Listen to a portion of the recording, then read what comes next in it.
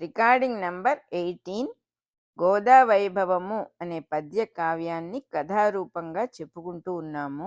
వీళ్ళందరూ కూడా శ్రీరంగపట్టణం చేరారు. ఆ శ్రీరంగంలో పొద్దున్న నిద్రలేచిన గోదకి ఆ ప్రదేశం అంతా కొత్త కాబట్టి కోనేరు ఎక్కడుంది అని వెతకటానికి బయలుదేరింది. ఎవరో శ్రీ వైష్ణవ స్వామి ఒక ఆయన ఎదురుపడితే కోనేటికి దారి చూపించమని అడిగింది. ఆ వైష్ణవ స్వామి ఆవిడ్ని గోపుర ద్వార మార్గంలో తీసుకెళ్లి మొదటి ఆవరణలో ఉన్న పెద్ద ద్వారంలో నుంచి తీసుకెళ్ళాట. దూరం నుంచి శంఖం వినపడిందిట. శంఖధ్వానం వినపడింది. అంటే శంఖం ఊదుతున్న చప్పుడు వినపడింది. కృష్ణస్మరణతో ఆర్ద్రమైన భావాలన్నీ కూడా మన మనస్సులో గుత్తులు గుత్తులుగా మనస్సులో నిండిపోయినట్టు. ఎప్పుడూ కృష్ణస్మరణే, అసలే కృష్ణస్మరణ చేసుకుంటూ ఉంది. దానికి కూడా శంఖం వినంగానే ఆ భావాలన్నీ గుత్తులు గుత్తులుగా మనస్సంతా కృష్ణ స్మరణతో నిండిపోయింది. సంపూర్ణమైన అంధకారంలో ఒక శిరస్సు మీద నెమలి పింఛం కదిలితే ఎట్లా ఉంటుందో, ఆ చీకట్లల్లో చైతన్యం కదిలితే అందాలు చిమ్ముతూ ఉన్న కొలను అలా కదులుతూ కనపడిందిట. ఎలా ఉందిట ఆవిడ కళ్ళకి కొలను?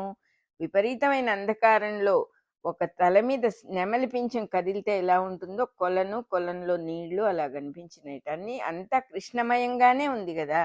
ఆవిడ కళ్ళు కొలను చూడంగానే సంతోషంతో మెరిసిపోయినట. ఆ కొలను కనిపించనంత లోతుగా ఉందిట. ఆ చీకటిలో వైష్ణవ స్వామి గోద చేయి పట్టుకొని చీకట్లో మెట్లు జాగ్రత్తగా దింపుతూ చల్లటి కోనేటి నీటిని తాకించి తను గట్టి మీద నిలబడిపోయాట.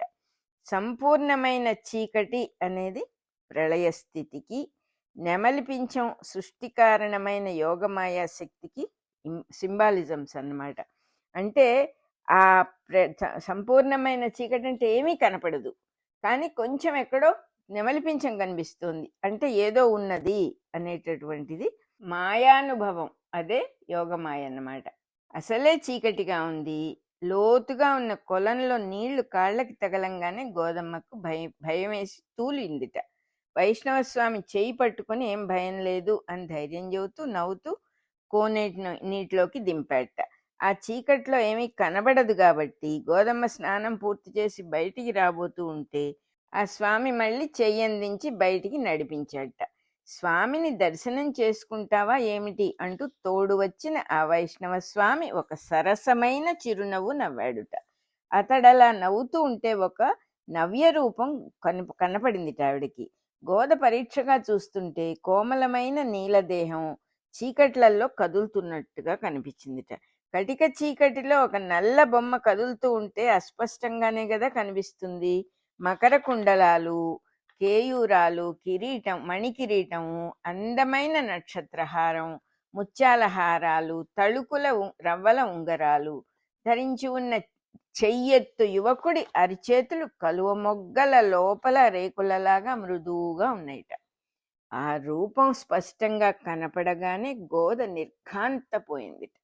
కళ్ళు తిరిగిపోయినాయిట. విల్లిపుత్తూరు కోవెల వెనక కోనేరు, ఆ కోనేట్లో చీకట్లలో తన కళ్ళు మూసిన ఆ పురుషుడి రూపం అన్నీ కనిపించినాయిట. గోదాకన్యక గుండెలు తల్లడిల్లిపోయినాయిట. వీడెవడో మోసగాడు, తన నిండు నూరేళ్ల జీవితాన్ని దోచుకునే దొంగ, గుండెలు తీసిన బంటు అనిపించింది. చీకట్ల మాటున వచ్చే చోర శిఖామణిని ఎట్లాగైనా నిలదీయాలి అని డిసైడ్ అయిపోయింది ఆవిడ. నువ్వెవరో చెప్పు అని గోదమ్మ నిలదీసి అడిగింది. నేను నీ స్వామిని అన్నాడు అతను. ఇక్కడికెందుకు వచ్చావు అన్నదామె. నువ్వు స్నానమాడే ఈ కొలం నాదే, నీవిప్పుడు నా రాజ్యంలో ఉన్నావు సుమా అన్నాడు అతను. పేరు చెప్పమని గోద కోపంగా గద్దించింది. చెల్లియా, కులగోత్రాలు పేరు ఎవరికి వాళ్ళు చెప్పుకోకూడదమ్మా. అదిగాక ఇతరులు నన్ను కీర్తించడమే నాకు తెలుసు గాని నన్ను నేను ఎవ్వరికీ పరిచయం చేసుకోవటం నాకు అసలు అలవాట్లేదు. నా రూపం నీకు నచ్చలేదా ఏమిటి? నిజంగా చెబుతున్నా, నిన్నే వరించి వచ్చాను సుమా. నీకోసమే అంత దూరం వెళ్ళి పుత్తూరు వచ్చి ప్రత్యూష సమయాన పొద్దున పూట నీకు దర్శనం ఇచ్చాను కదా అన్నట్ట. భక్తులు తనను గుర్తించి స్తోత్రం చేస్తే తను వారికి ప్రసన్నుడా అవుతాడు. తనంతట తనుగా దర్శనమిచ్చి నేను రంగనాథుణ్ణి అని పరిచయం చేసుకుంటారా ఎక్కడైనా? నువ్వు రంగనాథుడు అయితే ఏమిటయ్యా అని అడగొచ్చు కదా అవతలి వాళ్ళు. ఇంతకు ముందు నీకు కనపడ్డాను కదా అని చక్కగా చెప్తూనే ఉన్నాడు. ఆ దివ్యమూర్తి ఇట్లా అనంగానే గోదం ఇట్లా అంది, నేను కన్యను, నా వ్రత నియమాలు తెలుసుకుని మరీ ప్రవర్తించు. ఇప్పుడు నువ్వు నా దగ్గరికి రావడానికి ఎవరు ప్రోత్సహించింది నిన్ను అని అడిగింది. అతడు నవ్వి చిరునవ్వుతో చేతిలో ఉన్న వేణువు చూపించాడు. చేతి బొటన వేలితో తన వక్షస్థలం వైపు చూపించాడు. ఆయన వక్షస్థలం వంక తీక్ష్ణంగా పరీక్షగా చూసింది గోద. నవచంద్ర కాంతితో ప్రకాశిస్తున్న పూలమాల వక్షం మీద అలంకరించబడి ఉన్నది. దాని లోపలగా తన చంద్రహారం కనిపించింది. గోద కన్నులు తళుక్కుమని మెరిసినాయి. గోద ఒక్కసారిగా కళ్ళు మూసుకుంది. మనస్సు కొంచెం ప్రశాంతంగా అనిపించింది. తాను విల్లిపుత్తూరులో ఉన్న స్వామి మెడలో చంద్రహారం అలంకరించినప్పుడు అతని కళ్ళల్లో మెరిసిన చూపులు గుర్తు తెచ్చుకుంది. ఆ చూపులతో ఈ చూపులను పోల్చుకోవడానికి ప్రయత్నించింది. అయినా కూడా సందేహం తీరలేదు. కల్లోలంగా ఉన్న మనస్సు కుదుట పరుచుకోలేక మనస్సులోనే నమస్కారం చేసుకుంటూ నిలబడిపోయింది. గొంతు పెకలించుకుని, స్వామి, ఇప్పుడు నన్ను అడ్డగించితే నీకేం లాభం? నా స్వామికి నీకు సంబంధం ఏమిటి? ఆయన మెడలో చంద్రహారం నీ మెడలోకి ఎట్లా వచ్చింది?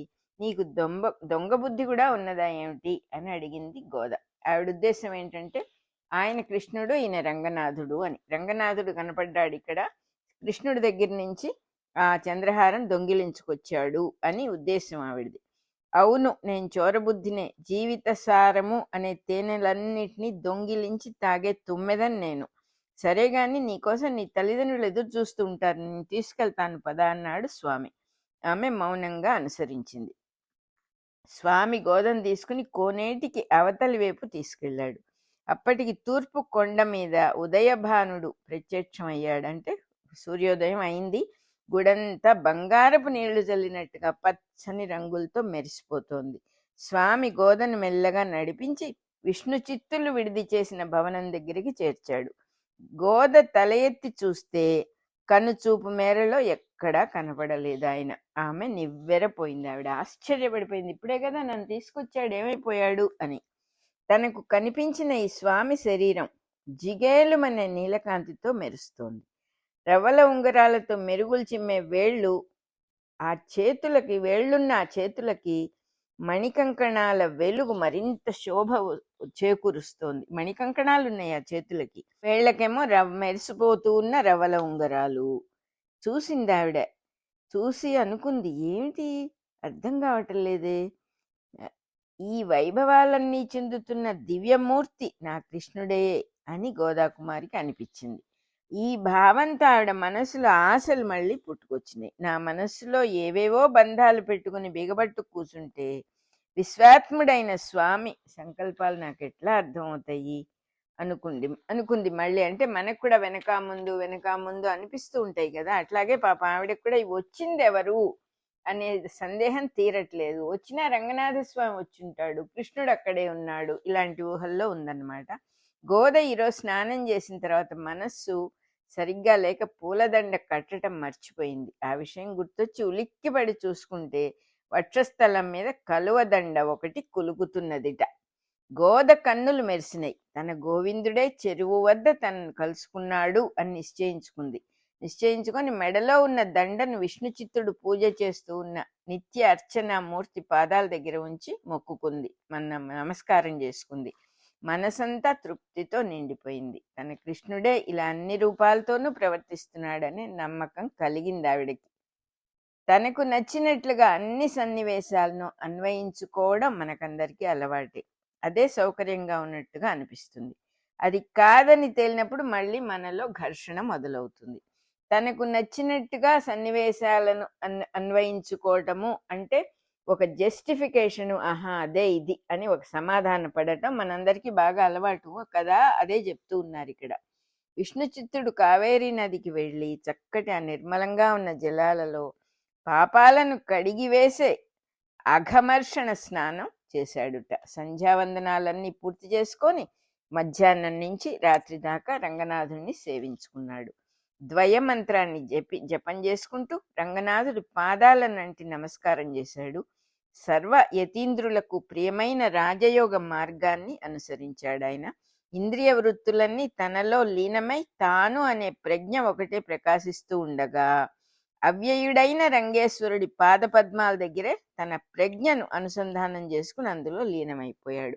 అంటే ఏంటంటే ఇంద్రియాలని సెన్సెస్ని బయటికి ఎక్కడికి వెళ్ళనివ్వకుండా ఆపేసేసి తానుగానే ఊరికే ఉండే స్థితిని, జస్ట్ బి అన్నట్టుగా ఆ ఊరికే ఉండే స్థితిని, స్థితి అంటే ఆ ప్రజ్ఞ, తాను అనే ప్రజ్ఞ ఒకటే ప్రకాశిస్తూ ఉంటుంది. ఏ ఆలోచన చేయకుండా ఉంటే, మనస్సు ఎటు పోకుండా ఉంటే, ఏ ఇంద్రియాలు ఎటు వెళ్లకుండా ఉంటే తాను అనే ప్రజ్ఞ ఊరికే ప్రకాశిస్తూ ఉంటుంది. నేను అని చెప్పదు, తాను అని చెప్పదు, కానీ ప్రజ్ఞగా ఉంటుంది.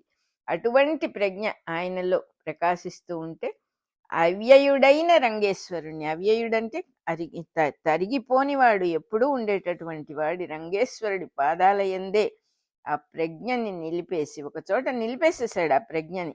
చక్కగా ఆయన ప్రజ్ఞలో తన ప్రజ్ఞని అనుసంధానం అంటే లీనం చేసుకుంటూ జన్మ ధన్యం అయిపోయేటట్టుగా నిశ్చలంగా ఉండిపోయాట చాలాసేపు.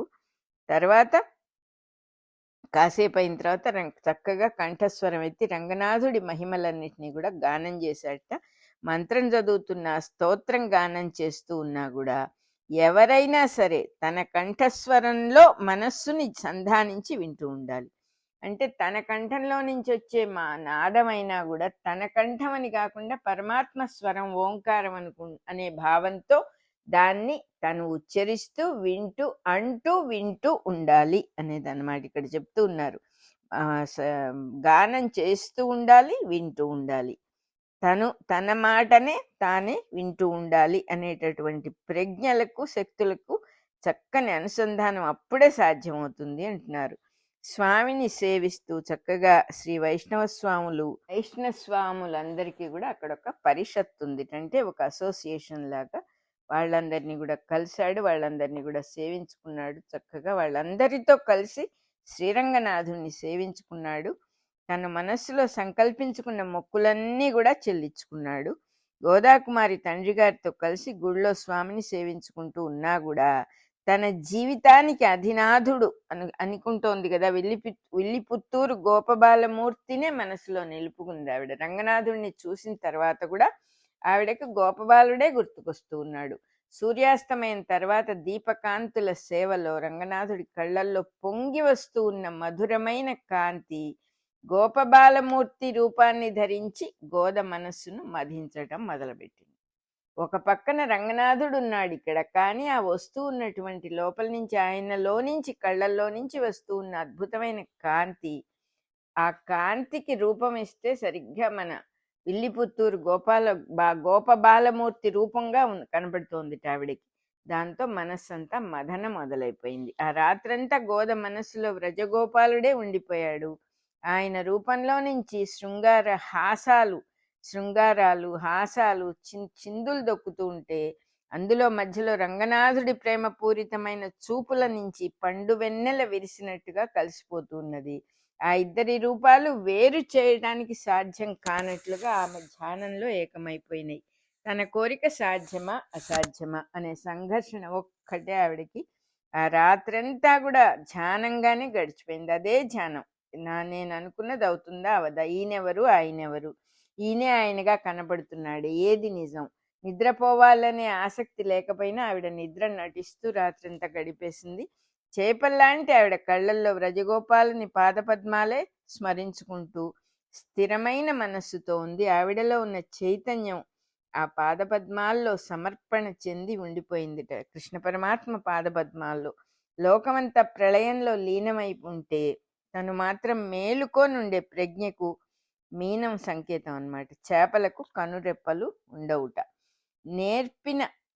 నేర్చిన విద్యను మళ్ళీ మళ్ళీ చదువుకుంటూ స్మరించుకుంటూ ధారణ చేయటం స్వాధ్యాయము అంటారు. గోద హృదయంలో గోపబాలుడి రూపం కరిగిపోతూ రంగనాథుడి రూపం నిలబడుతూ భక్తి మార్గాన్ని చూపిస్తూ ఉన్న 18వ రోజు రాత్రి భక్తులందరికీ యోగ మార్గాన్ని చక్కగా కనిపింపజేయుగాక, భక్తుల యోగ మార్గాన్ని చక్కజేయుగాక అంటున్నారు. 18వ రోజు అయిపోయింది. అలాగే 18వ రికార్డింగ్ నెంబర్ కూడా అయిపోయింది.